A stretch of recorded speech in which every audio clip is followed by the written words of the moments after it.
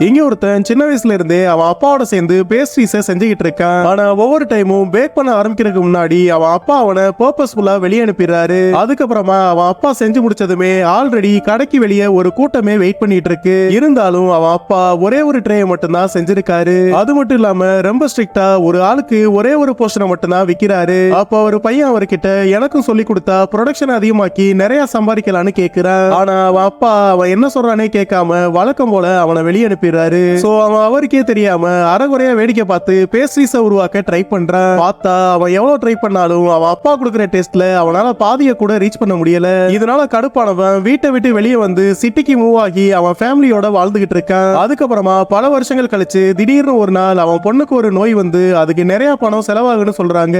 இந்த விஷயம் தெரிஞ்ச அவன் அப்பா அவனுக்கு ஹெல்ப் பண்றதுக்காக ரூல்ஸை பிரேக் பண்ணி அளவுக்கு அதிகமா பேஸ்ட்ரீஸ உருவாக்குறாரு. கொஞ்ச நாள் கழிச்சு ட்ரீட்மெண்ட் முடிஞ்சு அவர் பையன் ஃபேமிலியோட ஊருக்கு பார்த்தா அவர் ஆல்ரெடி இறந்திருப்பாரு. அப்பதான் ஒரு விஷயம் தெரியுது, அவங்க குடும்பத்துல இந்த தொழில் பண்ண யாருமே ரொம்ப நாள் இருந்திருக்க மாட்டாங்க. அதுக்கப்புறமா அவன் அப்பாவோட திங்ஸ்ல இருந்து சீக்ரெட் ரெசிபியை கண்டுபிடிச்சவன் அது என்னன்னு தெரிஞ்சதுமே ஷாக் ஆயிடுறான். அது என்னன்னா கட்டையை எரிக்கிறப்ப வர ஸ்மோக்கை இன்ஹேல் பண்ணி தான் அவங்க கரெக்டான டெம்பரேச்சரை ஃபைண்ட் பண்ணுவாங்க. அந்த ஸ்மோக்கை இன்ஹேல் பண்ணதுனால தான் அவன் குடும்பத்துல யாருமே ரொம்ப நாள் வாழ்ந்திருக்க மாட்டாங்க. அதுக்காக தான் அவருக்குன்னு ஒரு ரூல்ஸ் வச்சுக்கிட்டு அவன் அப்பா ரொம்ப கம்மியா செஞ்சிருப்பாரு. அதே நேரத்துல அவர் பேத்தியோட உயிரை காப்பாத்துறதுக்காக ரூல்ஸை பிரேக் பண்ணி அளவுக்கு அதிகமா ப்ரொடக்ஷன் பண்ணதால தான் அவர் செத்தும் போயிருப்பாரு. இந்த விஷயம் தெரிஞ்சதுமே சின்ன வயசுல இருந்தே அவர் மேல கோவமா இருந்த ஒரு பையன் அவரோட பாசத்தை புரிஞ்சுக்கிட்டு மனசுடைஞ்சு அழுக ஆரம்பிக்கிறான்.